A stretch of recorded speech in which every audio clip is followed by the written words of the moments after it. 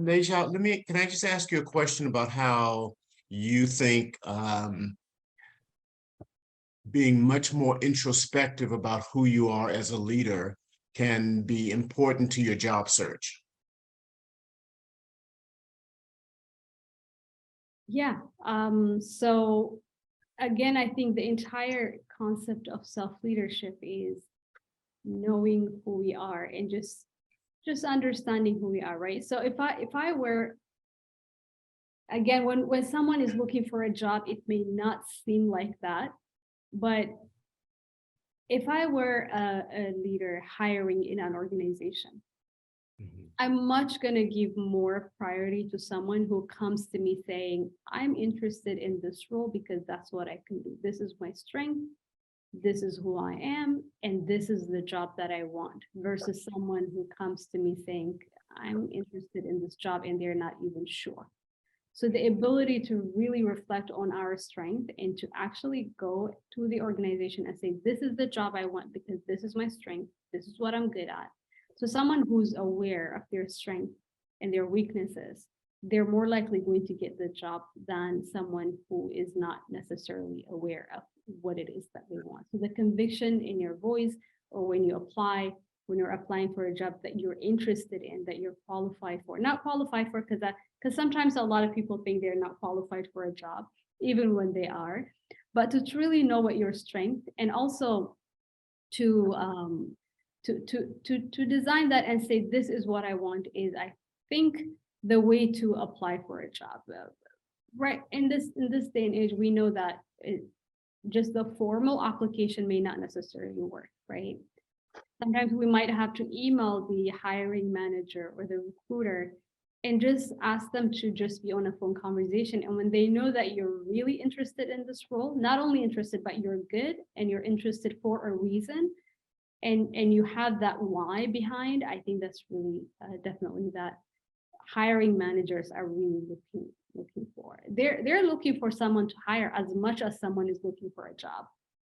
In their weekly meetings, I used to hire. I was in a hiring team when I was, and our weekly, we were just like, why did you not find someone, right? Like, we're looking actively, but sometimes when people are looking for a job, we tend to forget that. We forget that we're just looking, but the managers are as actively looking for someone to hire as the person who's seeking the job. And so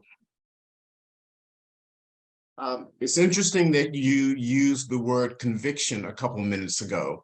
And that's always a word that really interests me, because what happens, for example, when you know who you are, you know what your strengths are, you've applied for a particular job, you're in the job interview, and then as you're speaking with the hiring manager, you realize that that job really, despite what it says in the announcement, really doesn't play to your strengths.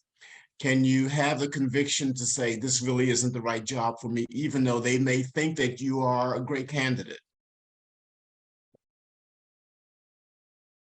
yes, and I can see why someone would hesitate if they're actively looking for a job and they're like, I all I care about right now is that I have a stable job and I have the money. They may want to, start regardless. But I do feel that someone who knows what they want, even when they start that job within the company, they're going to renegotiate themselves to get themselves to the role that they're interested in, versus someone who just would settle for what they're given, right? So I think it's really helpful in that when you know what you want, you can, even within a company, by the way, we don't have to remain in the role that we were hired for.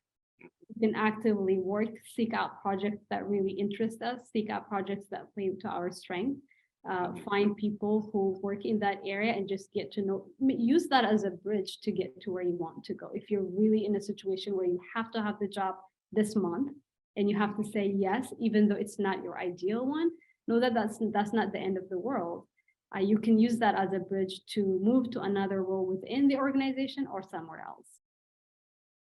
But yeah, no, it's helpful for when we're looking for a career, or also when we're looking to transition into our own work.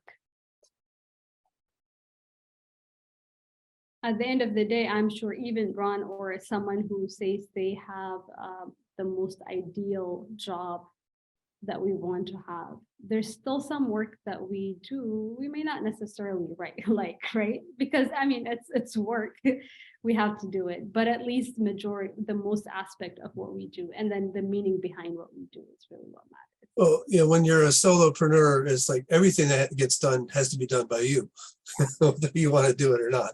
Exactly. You're the Either accountant. that, or I have to pay someone else to do, basically do my taxes or something. Yeah.